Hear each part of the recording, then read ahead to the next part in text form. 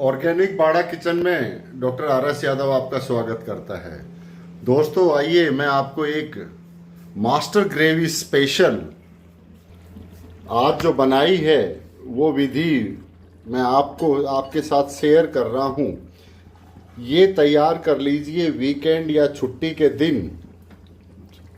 आपने जितनी सब्जियों के नाम सुने हैं वो सब सब्जी इससे तैयार हो जाएंगी।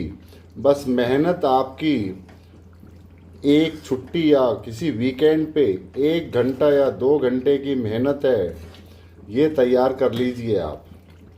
और कोई भी सब्जी चाहो तो आप इसे डायरेक्ट ही रोटी से खाइए। मैंने इतने नॉर्मल स्पाइसेस इसमें रखे हैं, बाकी जब आप तैयार करें किसी के साथ भी डाल करके तब आप अपने हिसाब से जो भी नमक मिर्च है वो एक्स्ट्रा डाल सकते हैं। अभी तो आप चाहो इसको खाओ तो भी ये बिल्कुल आपको टेस्टी लगेगी। साथियों, मास्टर ग्रेवी के लिए मैंने यहाँ आप ऑयल सरसों, मूंगफली या सोयाबीन जो भी यूज़ करना चाहे, मैं सरसों का तेल इस्तेमाल कर रहा हूँ और मैंने लिया है आधा किलो।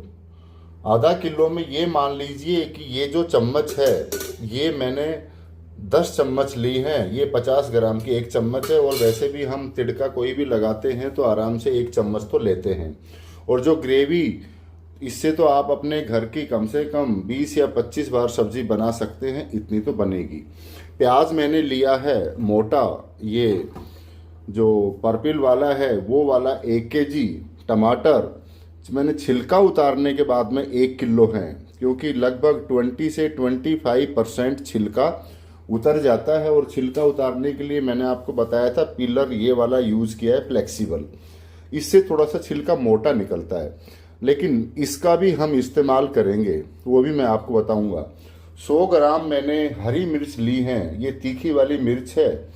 और रंग के लिए तो कश्मीरी लाल मिर्च डाल देंगे, जब हरी मिर्ची अवेलेबल है तो लाल मिर्ची का इस्तेमाल क्यों करें। और 50 ग्राम मैंने लिया है लहसुन, गार्लिक। आप चाहें तो अदरक अगर आपको पसंद डाल सकते हैं। खड़े मसालों में दोस्तों लौंग, काली मिर्च, काली बड़ी वाली इलायची, तेज पत्ता, इस तरह की चीज़ें, दालचीनी वगैरह इस्तेमाल होती हैं। लेकिन अगर एक दिन खाना हो तो हम खा सकते हैं, लेकिन रोज़ इस प्रकार के जो मसाले हैं वो अच्छे नहीं लगते हैं, तो मैं उनका इस्तेमाल यहाँ पर नहीं कर रहा हूँ। और छिलका हटाने के लिए आप इस तरह के पीलर का इस्तेमाल करें, क्योंकि ये छिलका पेट में जाकर के पता नहीं क्या चिपकता है और क्या करता है। देखिए बड़ी आसानी से ये आपका काम कर देगा।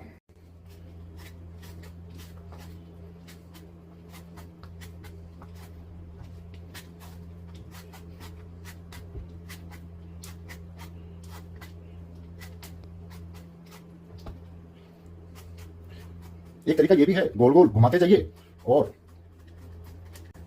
घुमाते जाइए, घुमाते जाइए, और ये आपके सामने पूरे टमाटर का एक छिलका ये आपके सामने उतर गया है।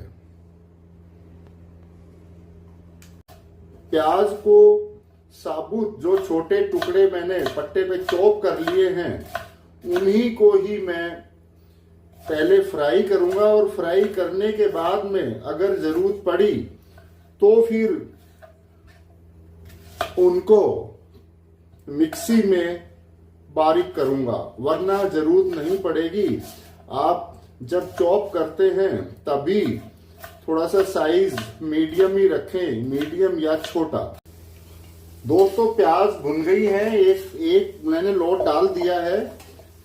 इस मास्टर ग्रेवी में साथियों T²3 का ध्यान रखें, जिसमें एक T का मतलब है टाइम, और दूसरे का मतलब है टेम्परेचर, और तीसरे का अर्थ है टेम्परामेंट। दोस्तों कभी भी प्याज भूनो तो गैस को फुल फ्लेम पे ही रखना है, उसको सिम बिल्कुल भी ना करें।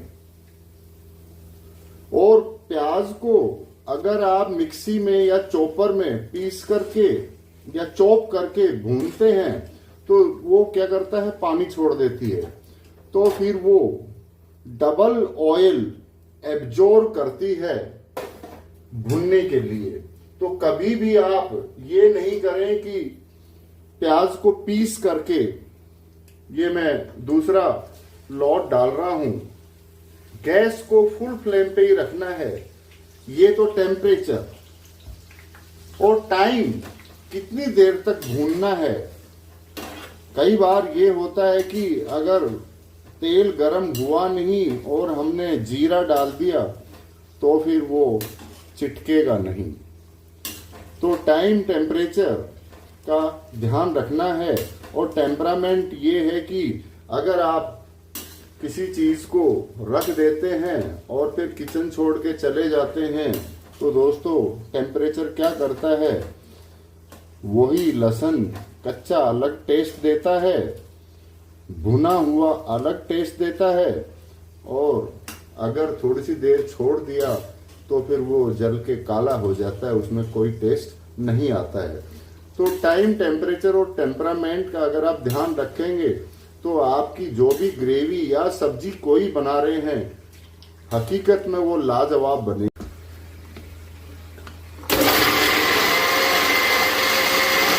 लास्ट प्याज जो बची हुई थी वो मैं भूनने रख दी है। यहाँ मैंने एक प्याज के साथ में जो हरी मिर्ची ली थी 100 ग्राम और 50 ग्राम लहसुन, उसका पेस्ट मैंने बना लिया है। अब दोस्तों प्याज टमाटर जब आप काटें तो एक चीज का ध्यान रखें, टुकड़े बहुत ज्यादा छोटे या बड़े कटे इस पे ध्यान नहीं देना। बस एक बात का ध्यान रखना, क्योंकि छिलका उतार दिया है तो ये देखिए हाथ से फिसलता है, तो आप बस उंगली का ख्याल रखें। बाकी अगर टमाटर मोटे भी कट गए तो कोई बात नहीं, उनका भी अपने पास एक तरीका है, उनको बारीक कर लेंगे। इस तरह से आप जितने काट सकते हैं, मोटे हों या छोटे हों, आप उनको काट दीजिए।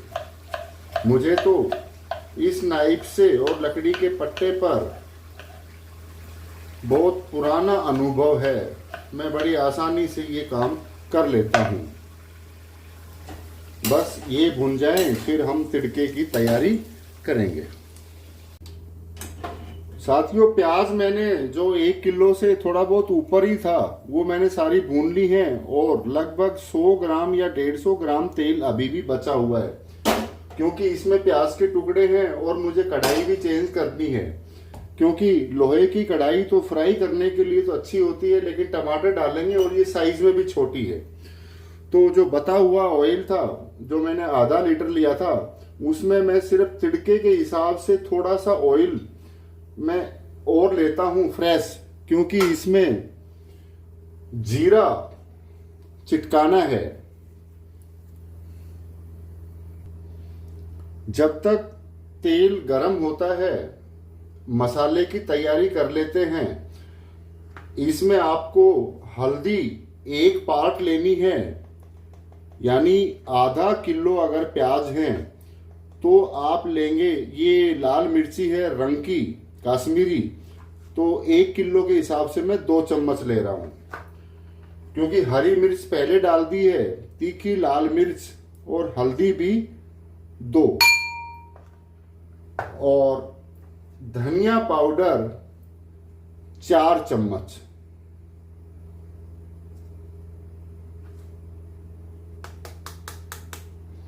और तेल देख लेते हैं गरम हुआ या नहीं, अभी थोड़ा सा टाइम लेगा। और थोड़ी सी मैं, क्योंकि हरी मिर्च 100 ग्राम ली है, हल्की सी डाल रहा हूं। और इस पूरे को जो मसाला आपने लिया है इसको मिक्स कर लें। नमक मैंने इसमें अभी नहीं डाला है, क्योंकि नमक बाद में डलेगा, वो भी मैं उसका एक कारण आपको बताऊंगा। और इसको अच्छी तरह से एक पेस्ट बना लें पानी में मिक्स करके। तेल गरम हो गया है, 1 चम्मच मैं डाल रहा हूं इसमें जीरा। तुरंत ढक दीजिए, नहीं तो आपके ऊपर या आंख में कहीं भी जाने के चांसेस रहते हैं। और जो ही आवाज आनी बंद हो गई है, गैस को कर दे सिम। और अब आपने जो पेस्ट बनाया था, एक प्याज, मिर्ची हरी, लहसुन, अगर आप चाहते हैं कि आप अदरक भी पसंद करते हैं तो वो भी आप इसी के अंदर पीस सकते हैं। इसमें दोस्तों प्याज इसलिए डाली थी कि उसके अंदर जो पानी था वो मिर्ची और लहसुन को जलने नहीं देगा। ये सारा पेस्ट मैंने इसमें डाल दिया है और आपको इसको अच्छी तरह से जब तक भूनना है तब तक इसमें से लहसुन की अच्छी सी सौंधी खुशबू नहीं आ जाए। हमारा जो मसाला, जिसमें प्याज, एक प्याज, हरी मिर्ची तीखी वाली और लहसुन था, वो देखिए बिल्कुल उसने ऑयल छोड़ दिया है, पककर तैयार हो गया है। गैस मैंने सिम कर रखी है। अब हम डालते हैं इसमें सूखे मसाले, जिसमें हल्दी, धनिया और कसूरी जो मिर्ची आती है रंग वाली, सिर्फ वो ली है। और अब थोड़ी देर बाद ये जो जितने भी मसाले के बर्तन हैं, जार है मिर्ची का, वो भी धो करके इसी में डाल देंगे।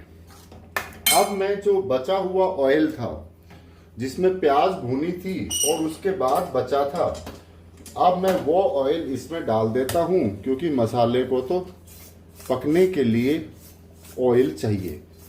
ये सारा बचा हुआ मैंने टोटल आधा किलो ऑयल लिया था और मैं लास्ट में जो बचा हुआ है वो आपको बताऊंगा कि आधा किलो पूरा लगा है या बचा है या मुझे और लेना पड़ा है, वो मैं आपको। अभी तो मेरे पास लगभग 100 ग्राम ऑयल बचा हुआ है, 400 ग्राम ही अभी तक इसमें मैंने डाला है। अब दोस्तों मैंने गैस को सिम कर दिया है और इसको मैं ढक देता हूँ, क्योंकि मसाले के छींटे उछलेंगे और गैस सिम है। थोड़ी थोड़ी देर में आप चाहें तो इस तरह हल्का सा उठा करके चम्मच एक बार घुमा सकते हैं, ये आप अवश्य कर लें। और मैं आपको ये भी बताऊंगा, टमाटर जो 1 किलो थे वो मैंने काट लिए हैं, और ये जो छिलके थे ये भी एक काम आएंगे इसी सब्जी में ही, वो भी मैं आपको उसका तरीका और विधि बताता हूँ। आइए देखते हैं मसाला कहाँ तक पहुँचा है। दोस्तों मसाला तो बिल्कुल तैयार है और तेल भी जो ऊपर से डाला था वो तो सारा इसने छोड़ दिया है। अब दोस्तों एक काम भी करिए, साथ में जो टमाटर के छिलके बचे हुए थे उनको आप गैस पे रख दीजिए और आधा से कम 100 ml पानी इसमें डाल दीजिए और अभी तो सिम पे ही रखिए और ढक्कन लगा दीजिए। ये भी काम आएगा इसी मास्टर ग्रेवी में, क्योंकि लगभग 20 से 25% छिलके उतरे हैं। उसमें छिलका तो कम है लेकिन पल्प काफ़ी ज़्यादा है साथ में। ग्रेवी का मसाला तो बिल्कुल तैयार हो गया। अब तक सिर्फ इसमें मसाला ही डाला है जो अपनी हटड़ी में होता है। अब हम इसमें डाल देते हैं जो प्याज फ्राई की थी। फ्राई करने के बाद में देखना दोस्तों, मैंने इनको मिक्सी में या चॉपर में किसी में बारीक नहीं किया है, क्योंकि अगर पीस करके फिर आप भूनते हैं तो चाहे वो टमाटर हो चाहे प्याज हो, उसमें वो टेस्ट नहीं आता जो आप फ्राई करते हैं। और फ्राई करने से कटी हुई प्याज को ये भी फायदा है साथ में कि तेल कम लेता है, वो कम तेल लगता है। अब थोड़ी सी देर इसको अच्छे टेम्परेचर पे आ जाएगी तो फिर इसमें टमाटर डालने हैं। जब तक ये गर्म हो रही थी प्याज, क्योंकि ठंडी हो गई थी, काफ़ी देर पहले इनको फ्राई किया था, डीप फ्राई, तभी मैंने, क्योंकि गोल चम्मच है और कढ़ाई का किनोर भी गोल है, कुछ तो प्याज को मैंने लगभग मैश कर दिया है। और अब हम डालते हैं इसमें 1 किलो टमाटर जो मैंने यहाँ पर आपके सामने पट्टे पे चॉप किए हैं। हमने इनकी प्यूरी नहीं बनाई है। अब आप गैस को तेज भी कर सकते हैं, क्योंकि टमाटर को सीजने में तो थोड़ा सा टाइम लगेगा। और एक बार ये हल्का सा पूरा मिक्स हो जाए, फिर आप इसको ढक दें। टमाटर अच्छी तरह मिक्स हो गए हैं, तो अब इसमें ये मसालादानी की ही चम्मच है, नमक मैं अब डाल रहा हूँ।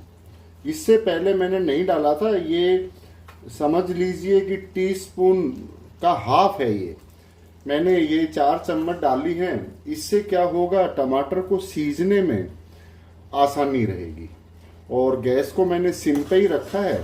एक बार अच्छी तरह मिला दीजिए ताकि टमाटर के हर एक हिस्से तक नमक पहुंच जाए और वो अच्छी तरह से सीज जाएगा। यहाँ जो टमाटर के छिलके थे वो उबल गए हैं। मैं इनको अब ठंडा होने के लिए रख देता हूँ।